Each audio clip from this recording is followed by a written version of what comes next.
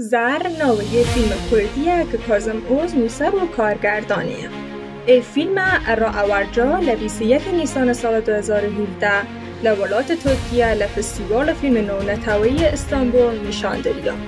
هلیوا هلو ساله لفستیوال نو دولتی سلیمانی و فستیوال فیلم نو دولتی دخوک نشان داده. این فیلم گشت و گذاری لنو فرهنگ و گنبیه هزاران ساله کرده.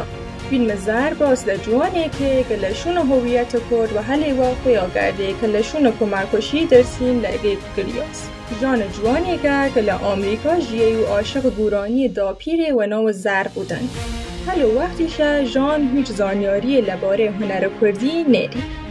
هر وبونه گورانی از سوده ناسین نتوگه کفیر سری و روینه لولات بابو باپیره لیوتید و راباپور کردستان. این فیلم رخنه‌ایه و جوری کاملا سمبولیک تیجی هانویه.